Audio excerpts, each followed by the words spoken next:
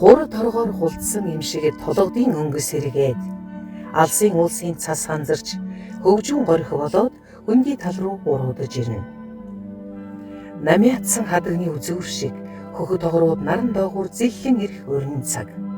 Цэнхэрлэн харагдах уулсын салхин доогуур явж өнгөрөхөд хэн зяргун үнэр сэтгэл сэргээхэн юутай сайхан.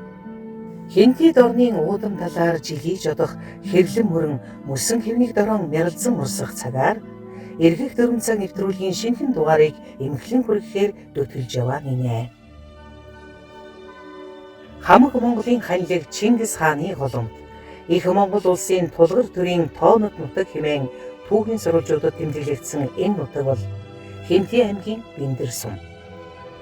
Монгол улсын хилийн хойд хэсэгт Хинтий нурууны зүүн салбар улсын өвөр ойд хэрийн бүсийн үзэсгэлэн сайхан байгаль бүхий өргөн удам нутагт ажид уржгүй иргэдийн ахуй амьдрал, ажил үйлсийг онцлон таниулахыг зорилоо.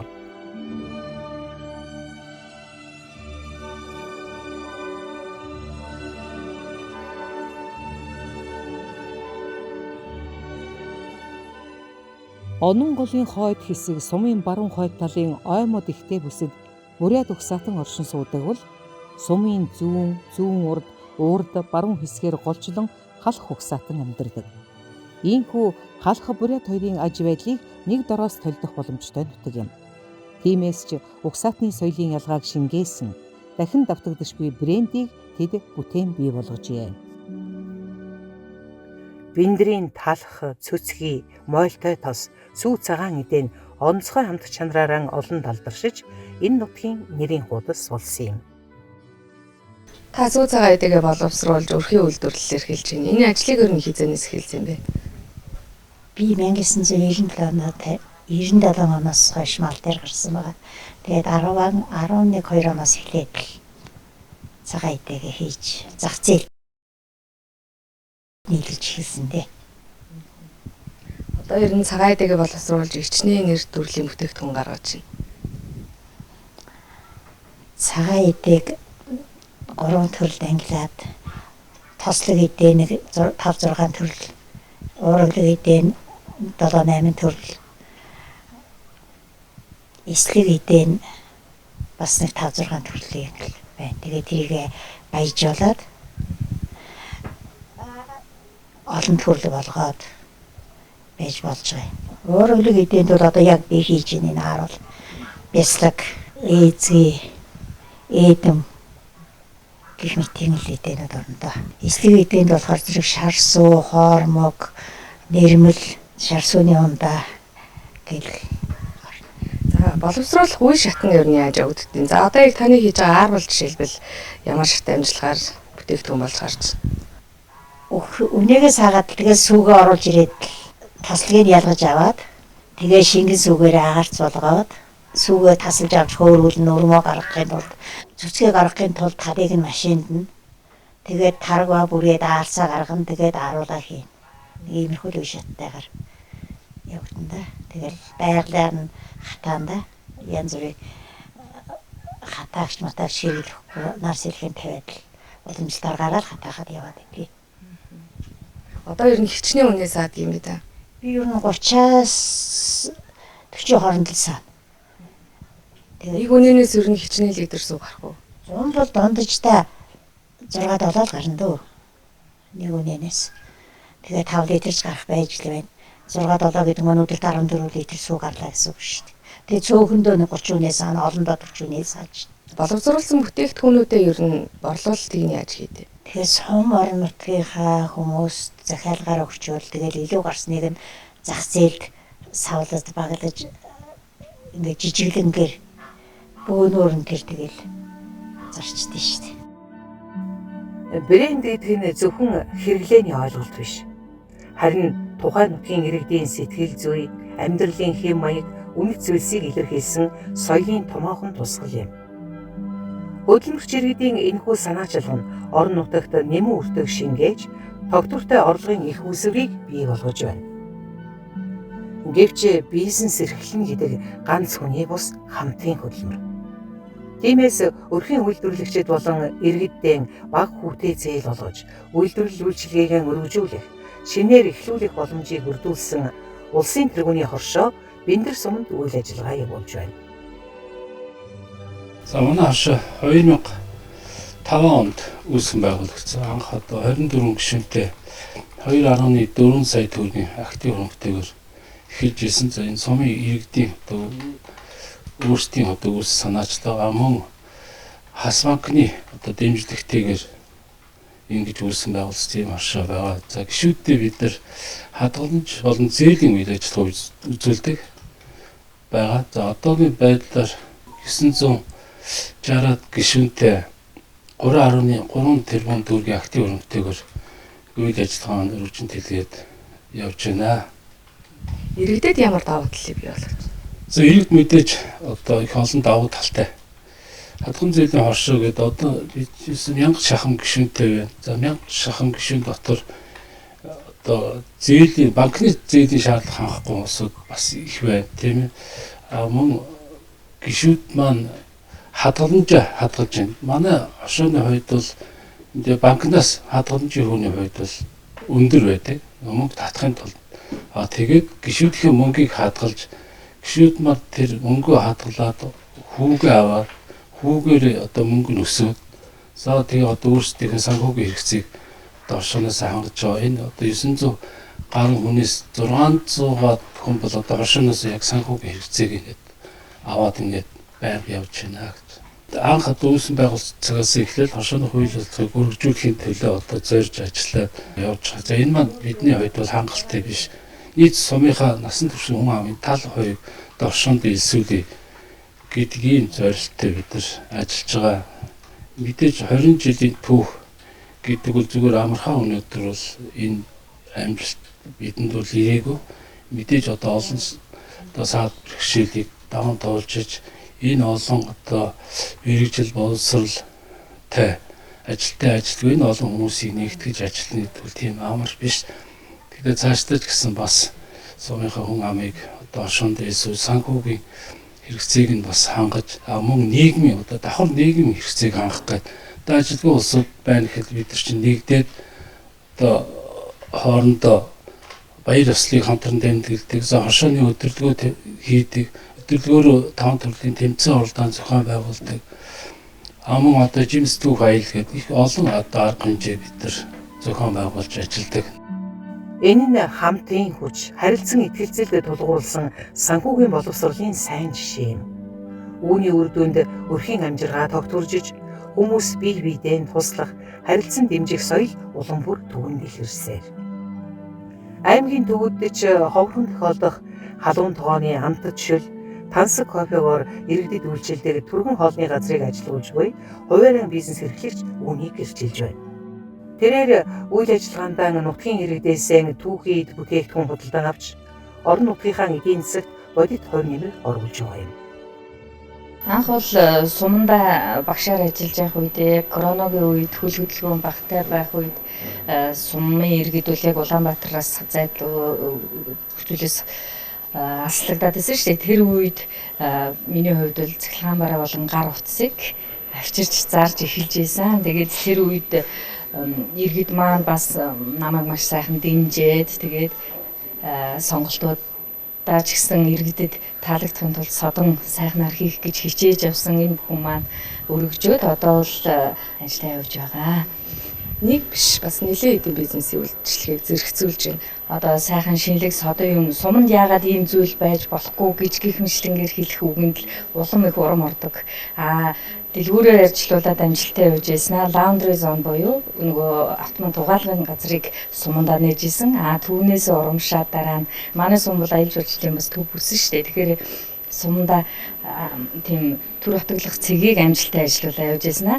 Яг ингэ ажиллуулах үед л аялагч нарын хамгийн их асуудаг зүйл бол хоол хүнстэй идэж явах яг ингээд яа руу явж байгаа нөхцөлд өртөөлөд байдал энэ хоолны газар хамгийн их хэрэгтэй байна гэдэг нь өнгөрсөн жил өөрөө мэдсэн учраас тэгээд яг юм жишг болох байц бас сумын нүүр царай болох байц түргэн хоолны газар кофе шоп хот потыг нэгэд одоо ингээд 3 сар гарan болж байна. Тэгээд амжилттай ажиллаа явж байна. Манайх бол өдөр болгон 8:30-аас онгодог. Тэгэхээр Төрийн албаагчид яг өглөө ажилдаа гарахдаа манайхаар үйлчлүүлээд ажил руугаа орох боломжтой. Бас мөн ганцхан Төрийн албаагчдгүй иргэд аялагч нар хамгийн их таатай хүлээж авч байна. Надад бол хувьд тийм айхтар хүндрэлтэй зүйл бол байхгүй. Би харин өөрөөсөө шалтгааллах, иргэдэд үйлчлэх миний зүгээс харин юугаа сайжруулах дээр вэ гэсэн зүйлийг л бодож шунгаж байна. Олон үйлчлэгээ бизнесийг зэрэг эхлэхээр бас шинэ ажлын байрыг бий болгож байгаа. Манайх ажилласнараа хэрцэн гурилтай. Хэрцэн гурилыг маань нийлүүлж байгаа хүн байна. Баншиг маань нийлүүлж байгаа газар байна.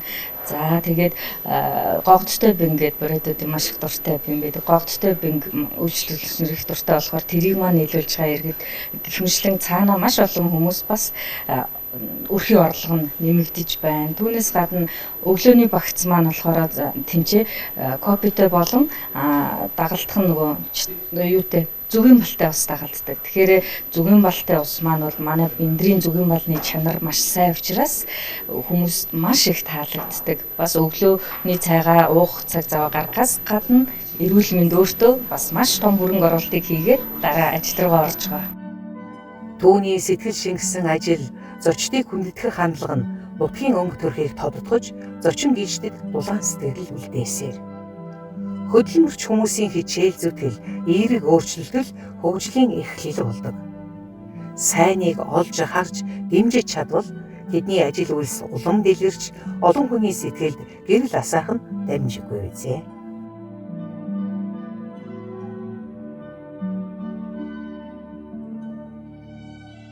Их хааны мэлмий гээж өлмий батжсан Бэндэр сумын нутагт байгалийн үцгэлэнт болон түүхийн дурсгал газар олон бий. Тиймээс соёлын өв, Монгол орны зүүн бүсийн газар нутгийн сайхныг сонирхоор зорж ирэх дотоод гадаадын жуулчдын тоо сүүлийн жилүүдэд нэмэгдэжээ. Ингэснээр зөвхөн мал аж ахуй дээр түшиглэж байсан орон нутгийн эдийн засаг, сумын цаашдын хөгжилд аялал жуулчлал шинэ боломжийг нээж өгөх хэдий ч жуулчдыг хүлээж авах тухтай байр, тогттой бааз, соёлтой үйлчилгээ дутагдсаар л байна. Дотоодын аялал жуулчлал Монгол орнд даяар бол сайхан хөгжиж байгаа гэж ойлгож байгаа. Тэгэхдээ Бэндэр суманд ялангуяа зүүн чиглэлийн аялал жуулчлал бол төдийлөн хөгжөөгүй байсан. Сүүлийн үеийн улсын төсвийн хөрөнгө оруулалтаар нь их хуралдаан цогцлбор буюу одоо их Монгол улс байгуулагдсны ойд одоо зориулсан түүхэнд дурсгал зориулсан бүтээн байгуулалт улсын төсвийн хөрөнгө оруулалтаар мөн хийгдсэнтэй холбоотойгоор жуулчдын урсгал нэлээдгүй нэмэгдсэн. Тэгээд өнгөрсөн 2025 оны зуны жуулчдын тоог бол барагцаа таваар бидэд бол 20 гаруй мянган жуулчин дотоодын жуулчин биенэрд хүрэлцэн ирсэн байна гэсэн тооцоо гаргасан. За яг их хуралдаагаар тасалбар авч үйлчлүүлсэн иргэдийн хувьд бол 8 мянган тасалбарыг 7 сараас 8 сарын сүүлийн өдрүүд хүртэл бол ингэ тасалж орлого олсон байсан. Тийм учраас Бэндэр сумын дотоодын аялал жуулчлал хөгжих боломжтой гэж үзээд бид одоо ард түмнийхээ төлөө биднээс бол хөтөлбөр гаргаж, төлөвлөгөө гаргаж, аялал жуулчлалын төлөвлөгөө гаргаад тэгээ ингээ хичээж ажиллаж ин тодорхой санаануудыг одоо энэ жуулчны улирал эхлэхээс өмнө хийж хэрэгжүүлэхээр зорж ажиллаж байгаа. Алслагдсан багийн малчид хүүхэддээ сургуулийн өмнөх боловсрол эзэмшүүлж хөгжүүлэхийг хүсдэгч хүн хүч дутмаг, малаа орхих боломжгүйгээс цэцэрлэгт амруулах нь хязгаарлагдмал байдаг. Энэхүү сорилтыг шийдвэрлэх зорилгоор явуулын багш ажиллуулж, хувилбар төлбөрийг амжилттай хэрэгжүүлж байна. Ингэснээр төв суурингийн болон хөдөөгийн хүүхдүүдэд тэгш хүртээмжтэй боловсрол олгох боломж бүрдэж байгаа юм. Танай цэцэрлэг ер нь хичнээн хөвгтөө хүчин чадалтай. Одоо яг хичнээн хөвгт хамрагдаж байна. Манай цэцэрлэг бол ер нь 200 хүүхдийн хүчин чадалтай. Өнөөдрийн байдлаар өдрийн бүлэгт 265 хүүхэд, хувилбарт бүлгээр 24 хүүхэд, нийтдээ 289 хүүхдийн хичээлийн жилд сургуулийн өмнөх боловсролд хамрагдаж байгаа. Алсагдсан багуудын хүүхдүүдэд ер нь яаж хүрч ажилладаг юм бэ? Тэр хувилбарт бүлэг гэдэг нь болохоор нөгөө хөдөөгийн 4 багийн алслагдсан өрхийн 24 хүүхдийг энэ хичээлийн жилд бол хамруулсан. Өнгөрсөн хичээлийн жилд 30 байсан. Тэгээ 24 хүүхдэд хувилбарт хариуцсан бүлгийн багш маань одоо тойрж сургалт үйл ажиллагаагаа цахимаар болгоно, яг бичлэн хүргэж ажилладаг. Өнөөдрийн байдлаар ихэд багш манаас хүүхдүүдтэй ажиллахаар явчихсан байна. За бид энэ хичээлийн жилээс нөгөө шинэ хөтөлбөр хэрэгжиж эхэлж байгаа. Тэгээд нэг суралцууд суурилсан мэргэжлийн багш нарын бүлгээр хичээлж эхэлсэн манаас онцлог гэж бодож байгаа. Багшийн хүрэлцээ бол хангалттай. Багш манай 9 бүлэгтэй багшийн хүрэлцээ бол хангалттай 100% мэргэжлийн боловсруулагч нар хангалтсан. Одоо ер нь цэцэрлэгийн үйл ажиллагаан дээр сургалтын чанар дэжтээр тулгамдж байгаа шийдвэрлэх асуудал юу вэ? Мэдээж бас жилээс жилд хүүхдүүдийн маань хөгжил бол нэлээд урт цэцтэй хөгжиж байгаа учраас энэ хичээлийн жил ихэд одоо бид нэр саяхан багш нар маань шимт боловсролын сургалтанд хамрагдаад ирсэн. Тэрнээс цахим болон бусад үйл ажиллагаагаар бол тоглоом хэрэглэх гэх юм бол боломжийг шимт одоо тоглоомыг бас бодолтой авалт гэж баяжилт хийх шаардлага үүсэж байна. Шимт тоглоом гэдэг нь нөгөө технологи гололсон хүүхдүүд нөгөө үрж босгож байгуулдаг маш гоё нэг одоогийн орчин үеийн хүүхдүүдэд тохирсон тийм тоглоом одоо ер нь бол цэцэрлэгүүд нэлээд хэрэгжүүлдэг манайд бол байхгүй. Сайны хажуугаар сааранч бий. Улсын хэмжээнд нийт 137 цаг уурын өртөө үйл ажиллагаа явуулж байгаагийн нэг нь Бэндэр сумын ус цаг уурын өртөө юм. Орон нутгийн иргэдийг байгалийн гинтийн болон давгдашгүй хүчин зүйлсээс урьдчилан сэрэмжлүүлэх чухал мэдээллээр хангадаг энэхүү байгууллага нь хариуцлагатай үргэн тасралтгүй гүйцэтгсээр ирсэн. Гэвч өдгөө уг өртөөний барилга элэгдэж хуучирсан тул цаг уурын хатуу ширүүн нөхцөлийг өөрөө ч тесвэрлэх чадваргүй болоод байна. Манай цаг уурын байгууллага нь одоо 6 оны бүрэлдэхүүнтэй 5 техникч, 1 усны харгалтай үйл ажиллагаа явуулж байна. Ажлын чиглэл маань гэвэл хүмүүст ард иргэдэд урьдчилсан мэдээллээр хангах. Тэгээд манай байгууллага нь бол 3 цагийн зайтай цаг уурын өөрчлөлт төлөв байдлыг бол олон улсад дамжуулдаг байна. Иргэдэд хамгийн тустай ажлыг эрхэлж байгаа мөртлөө бас та бүхний ажиллаж байгаа орчин нөхцөлийн хувьд хангалттай сэтгэл ханамжтай биш байна. Манай энэ Бэндэр өртөө бол Монгол улсын ууган цаг ур гэж явдаг. 1927 оноос энэ Бэндэр сумын хуучин төв Ламын хүрээ гэдэг газар бол анх мал зоо эмнэлэг байгуулагдсан. Энэ зоо эмнэлэгтээ бол хавсрах байдлаар цаг уурын төлөв байдлыг бол цаг уурын өөрчлөлтөө бол судалж ирсэн. Тэгээд яг тухайн үедээ бол албан ёсны байгууллага болж чадаагүй. Гэхдээ 1940 оны 12 сарын 19-нд Бэндэр цаг уурын өртөө маань ийм албан ёсны байгууллага болоод үүссэн. Тэр цаг хугацаанаас хойш одоо бол 86 жилийн явж байна тийм ээ. Яг одоо энэ бидний байгаа байр маань бол 1976 онд энэ Бэндэр сумын одоогийн энэ төв дээр бол анх баригдчихсан. 2003 онд бол улсын төсөөс 3 сая төгрөгөөр нэг удаа л ингэж засвар хийгдсэн байгаа. Тэрнээс хойш бол ерөөсөө 76 оноос хойш ганцхан удаа ингэж засвар хийгдсэн. Манай энэ өртөө уулын юм аргашаал олон өрөвтэй. Гэхдээ яг ямар ч одоо ажиллах болцоо байхгүй. Тийм учраас одоо энэ нэг юм жижиг умгар өрөөнд л сургуулаа 24 цагийн хугацаанд ажилладаг байна. Яг ийм ажлын байрны нөхцөл төрөнд ажиллахад та бүхэнд одоо тулгарч байгаа бэрхшээл нь юу вэ? Хүйтэн тэгэл бид чинь ажиллаж явах тааз маз маань нураад ороод ирсэн шүү дээ. Тааз маань нуурна тэгэл сэгэлтэй гадуураа ингээд цуурсан, шал мал бол мөөгөн зурцсан шал тааз маань тиймэрхүү нөхцөлд ажиллаж байна. Ер нь бол үе сайд дарга нарт уламжлаагүй хүмүүс бол байхгүй. Үеийн дарга нар маань байнгын хөөцөлдөг. Тэгэл за одоо шийдэгдэн дараа жилийн төсөвт суулгасан гэж хэлдэг. Тэгэл яг яс байдал дээр бод байдал дээр бол ингэ шийдэгдэхгүй яваад байна. Монгол төрийн гал голомтыг сахин суугаа араараа модтой Бэндэрийн нутагт онцлог бүтээн байгуулалтын ажлууд хийгдсэн хэдий ч цаашид шийдвэрлэх шаардлагатай асуудлууд байсаар. Манай сум авцсан ажлууд, Улаанбаатар хоттой холбогдох ажлууд үргэлжлэн явагдаж байна. За сумынхаа төв дотор бол нийтдээ 5.2 км авцсан болол үндсэндээ баригдаад дуслаа.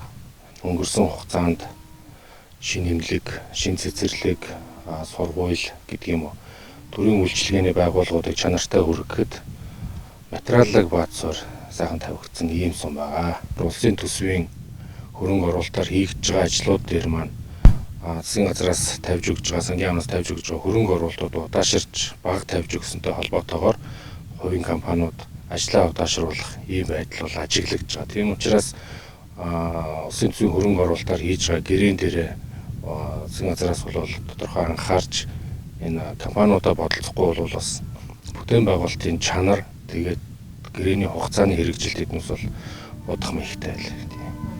Ирж яваа цагийн хөхөлбөр салхины хагалбар цаанаал нэг ирүү.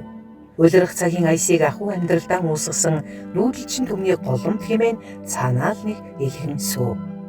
Их түүх өв уламжилн өнөөгийн амьдралын суур хөгжлийнхэн тулгуур болон цэцэглэж байгаа энэ нутгийн зам олноор бахархах сэтгэл ирэхгүй төрнө. Тоочоод барамгүй олон асуудлыг даван туулж илүү бүтээхийн төлөө тэд тууштай хөдөлмөрл суурил байна. Уудам энэ нутгийг туулж явахад дагаж аялсан дуу чилж дэлгэн хуучлах дурсамжиж багдах үзье. Уул талыг заагалсан хол хөндийн дундуур тэнгэрийн хаяа уулын хөдөлгөөд зүтгүүлэн туулах олон салаа замын нэгийг өвхөн хүлийн жолоо татлаа. Эргэх 4 цаг нэвтрүүлгийн энэ дугаараа Хинтээ аймгийн Бэндэр сумаас бэлтгэн үзэгч та бүхэндээ хүргэлээ.